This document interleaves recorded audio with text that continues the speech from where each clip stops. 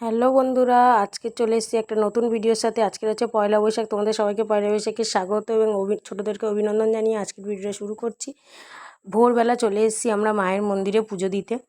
তো পয়লা বৈশাখ আর পুজো না দিয়ে কি দিনটা শুরু করা যায় বলো? তো তাই জন্য প্রথমেই চলে এসেছি মায়ের মন্দিরে পুজো দিতে। দেখতে পাচ্ছ মাকে একটা লাল বেনারসি পরেছে, কি অপরূপ সৌন্দর্য লাগছে মাকে। যাই হোক, পুজো টুজো দিয়ে চলে এসেছি বাড়িতে। আর বাড়িতে এসে প্রথমেই আমার কাজ ছিল নিম হলুদ বাটা। সেটাকেই আগে নিম হলুদ বেটে নিয়েছি, নিয়ে হচ্ছে কি সবাইকে পায়ে ছুঁয়ে প্রণাম করে নিয়েছি। তারপর আমার মেয়েকে একটু মাখাচ্ছিলাম, কিন্তু ও কিছুতেই মাখতে চাইছিল না, তো ওকে মাখাইনি। চলে এসেছি স্নান টান করে উপরে পুজো করতে। চলে এসেছি আমার হচ্ছে লক্ষ্মী নারায়ণ যারা রয়েছে তাদেরকেও একটুখানি স্নান করাতে, কারণ পয়লা বৈশাখের দিনে তাদেরকে নতুন জামা প্যান্ট পরাবো, আর স্নান না করালে হয় বলো? তো তো দুজনকে এবার আমি স্নান টান করিয়ে রেডি ফেডি করিয়ে নিয়ে ওদেরকে ভালো নতুন যে জামাগুলো নিয়ে এসেছি, সুতির জামা নিয়ে এসেছি, কারণ এখন যা গরম, তো তার জন্য অন্য কোনো জামা আর নিইনি, সুতির জামা নিয়ে এসেছি ওদেরকে পরানোর জন্য। তো লক্ষ্মী নারায়ণ আর আমার ছোট্ট গোপু সোনা, এদের সবাইকে স্নান করিয়ে নিচ্ছে গঙ্গা জল দিয়ে। গঙ্গা জল আর কলের জল মিশিয়ে ওদের তিনজনকেই স্নান করিয়ে নিলাম। নিয়ে দেখতে পাচ্ছ ওদের নতুন যে জামাগুলো নিয়ে এসেছি সেই জামাগুলো ওদেরকে পরিয়ে নিচ্ছি। আর জামাগুলো না খুব সুন্দর লাগছিল পরানোর পরে। প্রথমে যখন আনছিলাম তখন ভাবছিলাম যে এগুলো হয়তো ওদেরকে অতটা ভালো লাগবে না, কিন্তু না, ঠাকুরকে যাই পরাও তাতেই সুন্দর লাগে।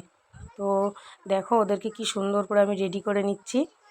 আর এখানে যে আমার গোপালটা রয়েছে, আমার সোনাই বারবার এসে বলছে ভাইকে আমার কোলে দাও, ভাইকে আমার কোলে দাও।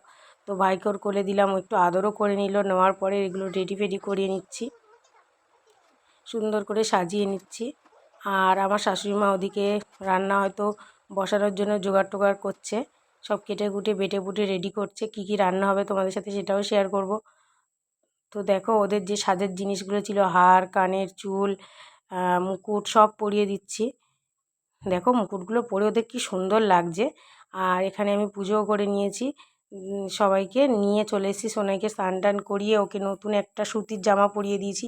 ওর 6খানা জামা হয়েছে, বাট ওকে 3টে জামা আজকেই পরে নিয়েছে, কাল রাত থেকে পড়া শুরু হয়েছে। আর এখানে দেখতে পাচ্ছ পুঁইশাক কুমড়ো চিংড়ি মাছ দিয়ে হবে, আর মাংসের আলু কাটা আছে, টমেটো না সরি আমের চাটনি হবে। আর এখানে আলু ভাজা, বেগুন ভাজা, এখানে হবে করলা ভাজা, তারপরে মাংসের জন্য পেঁয়াজ কাটা, মাছের ঝাল, কাতলা মাছ নেওয়া ছিল সেগুলো মাছের ঝাল হবে। আর আমার শাশুড়ি এদিকে রান্না বসিয়েই দিয়েছে অলরেডি।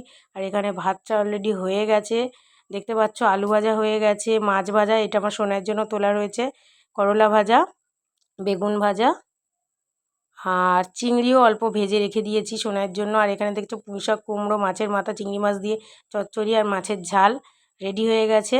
আর এখানে দেখতে পাচ্ছ আমাদের জন্য খাসির মাংস হয়েছে, আমার শাশুড়ি খায় না, আমার বর আর আমরা ফ্যামিলিতে যারা আছি সবাই খাই, শুধু আমার শাশুড়িই খায় না।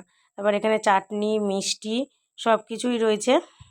তো চলো তোমাদেরকে দেখাই পরিবেশন করে সাজিয়ে সুন্দর করে কেমন লাগছে সবাই বলবে। আর এই গরমকালে লেবু ছাড়া ভাত খাওয়া হয় বলো?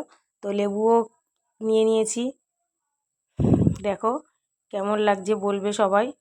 রান্নাগুলো কিন্তু খুব টেস্টি হয়েছিল। আর রান্না আমি কিছুই করিনি, সব আমার শাশুড়ি মা করেছিল, কারণ আমি পুজোর ওখানে গেছিলাম। আর ওখানে আজকে যেহেতু সবাইকে স্নান করানো হয়েছে খুব দেরিও হচ্ছিলো। আর এখানে 5 রকম মিষ্টিও দিয়ে দিয়েছি, দিয়ে সবাইকে খেতে দিয়ে দিলাম।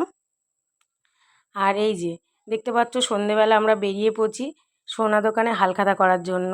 তো চলে এসেছি সোনার দোকানে, আর দেখো কি মারাত্মক লেভেলের ভিড়, কারণ এখানে ফুচকার স্টল বসেছিল, কাকু ফ্রিতে সবাইকে ফুচকা খাওয়াচ্ছিল, ওই জন্য এতটাই ভিড়। আর এখানে টাকা জমা করে আমরা সবাই হালখাতা সেরে নিলাম, ক্যালেন্ডার, মিষ্টি নিয়ে নিলাম, কোল্ড ড্রিঙ্কস, খুব গরম পড়েছে তাই জন্য এক কাপ করে কোল্ড ড্রিঙ্কসও খেয়ে নিলাম। নিয়ে আমরা চলে এসেছি সোজা নিউ মার্কেটে।